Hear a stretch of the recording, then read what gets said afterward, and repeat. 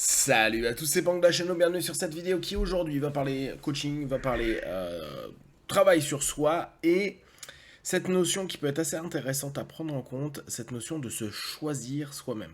Vous savez que je suis beaucoup dans la dimension de décision, décider et après aller dans cette notion d'agir et de se responsabiliser par rapport à la décision qu'on a prise.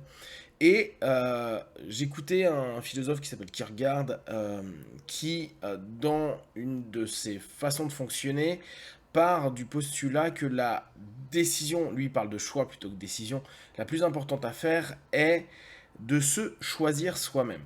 Or, pour nous qui sommes accompagnants, ou pour vous qui travaillez sur vous, il y a cette notion qui peut être vraiment motrice et qui parfois n'est pas assez mise en avant pendant nos accompagnements. On parle, et moi en l'occurrence souvent, de la notion d'acceptation. Je dirais au fur et à mesure du temps d'intégration. D'intégration de soi-même, de ses forces, de ses faiblesses, de ses ombres, de ses lumières, etc. C'est un moment qui est essentiel pour arriver à une forme d'apaisement. Parce que, indirectement, ça met en branle, voire ça détruit certaines illusions de soi-même, certaines projections de soi-même, qui, dès lors, nous empêchent d'être réellement ce que nous avons comme potentiel. On peut s'imaginer être, faire ou avoir des choses qui sont différentes de ce que nous sommes, nous avons et nous vivons au quotidien. La problématique, c'est que en se projetant constamment, on oublie je suis. On oublie qui nous sommes réellement. On oublie où on altère, où on nie. Parce que on n'est pas que la représentation qu'on se fait de nous-mêmes. Et c'est là où l'ensemble des comptes intérieurs, des storytelling, etc. commence à jouer énormément dans nos vies. Seulement à mesure qu'on travaille sur soi ou qu'on est accompagné, on se rend compte que beaucoup d'aspects qui nous semblaient non aimables, non acceptables, ces aspects qui nous dérangent, sont parfois des aspects qui dérangeaient les autres. Donc on n'avait pas forcément de stroke. Ça peut avoir dérangé la famille, l'école, le boulot, etc., etc., etc. Ce qui fait qu'on l'a mis un peu de côté parce que c'était non aimé par certains types de personnes qui pouvaient être très proches et qui, dès lors, nous montraient que c'est pas ce qu'il fallait être. Quand un enfant n'est pas apte à répondre aux projections des parents, il peut se dire je suis nul, je suis incapable, j'y arriverai jamais, je suis idiot, je suis ceci, je suis cela. Alors qu'au bout du compte, c'est juste la névrose et la problématique des parents qui n'a pas été taffée et qui peut-être en attente excessive de compensation d'une vie qu'ils n'ont pas et une vraie volonté que l'enfant ait quelque chose, mettent une pression qui n'a pas toujours lieu d'être, même si le cadre est quelque chose d'important. Dès lors, la notion de revenir sur ok, je suis ceci avec ce potentiel. Parce que dans le je suis, c'est admettre son ombre, mais ce n'est pas couler dans l'ombre. Et parfois, c'est un petit peu ce qu'on peut avoir l'impression. De se dire, ouais, ça y est, je travaille avec mon ombre, ou je vois ce que je suis, et je suis vraiment pas quelque chose ou quelqu'un de lumineux. Oui, tu as une partie de toi, ou même peut-être une majorité de toi, qui est peut-être pas ce qu'il y a de plus beau, étincelant. Certes, mais il y a quand même un ensemble d'éléments qui le sont. Donc, arriver à cette notion d'acceptation / intégration de soi, c'est admettre qu'on est ces deux versants et qu'on ne va pas rentrer dans un discours misérabiliste à un moment donné à se dire oui mais je suis tout pourri, je suis naze, j'y arriverai jamais, blablabla. On n'est plus des enfants. Et là aussi, si on prend nos postures d'athée, il y a un moment ou un autre, il faut arrêter d'être dans cette notion de toujours s'autocritiquer comme si c'était un parent extérieur qui est devenu un parent intérieur qui est en train de dire tu n'es pas suffisant, tu n'es pas assez, tu n'es pas aimable, tu ne réponds pas à mes projections, donc tu n'es pas la projection que j'attends de toi, et toi tu te projettes toi dans la projection que j'ai, dès lors t'arrives pas à t'apprécier toi-même. Et donc, et on revient à cette notion de Kierkegaard, tu n'es pas en train de te décider, de te choisir toi. De choisir la personne que tu es comme étant la priorité de ce que tu vas devenir dans ta vie. Et non pas l'ensemble des références externes qui, bien sûr, vont être présents, avec lesquels on va devoir jongler, mais qui, à aucun moment, ne devront dépasser le choix d'être vous.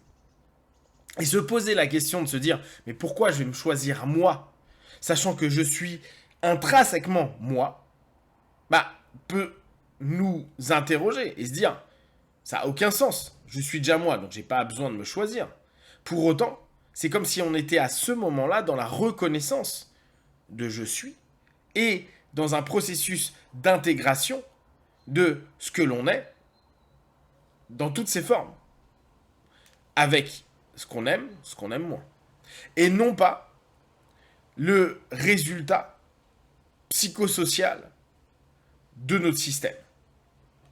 Alors bien sûr, il y aura toujours ces interactions. On ne va pas se couper du monde familial, économique, social, amical, sportif, blablabla. Néanmoins, on va décider de se remettre au centre des choses.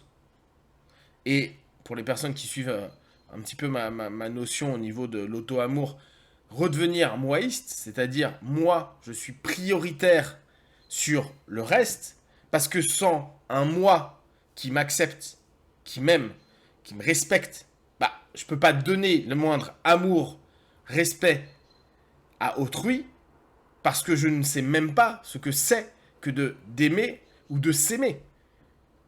On va juste être dans la projection, à nouveau, l'attente potentielle qu'on se fait de ce que l'autre attend comme étant l'amour / le respect.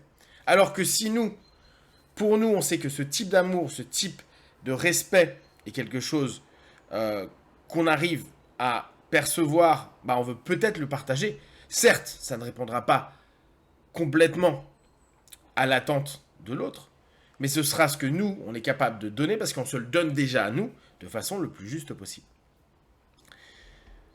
Se choisir dans le travail thérapeutique est quelque chose de particulièrement important parce que ce n'est plus centrer la thérapie sur les problématiques issues d'un système qui soit familial, professionnel ou autre, mais à nouveau recentrer les choses, et c'est ce qui est proposé depuis quand même un paquet de décennies dans le monde de la thérapie psychique, de redécider que c'est nous qui sommes le cœur des choses. Et qu'on ne pourra pas changer, et là on peut reprendre la pyramide de Diels, les niveaux logiques, on ne peut pas changer l'environnement, ce qui ne veut pas dire qu'on ne peut pas demander que l'environnement bouge et partager cette envie. Néanmoins, avant d'avoir une résultante de cette dynamique, autant commencer soit à voir avec le potentiel que l'on a et non pas la projection du potentiel qu'on aimerait avoir, ce que l'on peut faire avec le matériel qu'on a et évoluer, grandir, avancer pour se satisfaire déjà de soi-même, puis après potentiellement de l'environnement, des personnes et de l'ensemble des éléments qui sont autour de nous pour avancer. Se choisir, c'est se dire, certes, il y a un environnement, mais je ne peux pas changer immédiatement l'environnement. Si je pouvais, j'aurais une grosse puissance qui serait cool, mais ce qui est rarement le cas. Donc, je vais commencer à me centrer, à me choisir comme étant un élément de cet environnement en modifiant certains aspects. Peut-être que je vais impacter indirectement l'environnement et surtout, je vais pouvoir me centrer sur quelque chose où j'ai du pouvoir. Et là, on part un petit peu de l'impuissance qu'on pourrait avoir naturellement pour arriver vers un peu plus de considération de soi. Et cette décision, ce choix d'être soi, donne une libération pour le partenaire, comme pour nous, quand on travaille sur nous et qu'on se recentre pour non pas enlever ce qui ne va pas autour, mais travailler sur ce qui est possible à l'intérieur. Si vous avez des questions et des remarques, vous les partagez sur Facebook, YouTube, j'y répondrai le plus rapidement possible. Et comme d'habitude, de tout ce que je propose, ne prenez que ce qui est bon et juste pour vous. Testez, observez, analysez et concluez. Be one, ciao!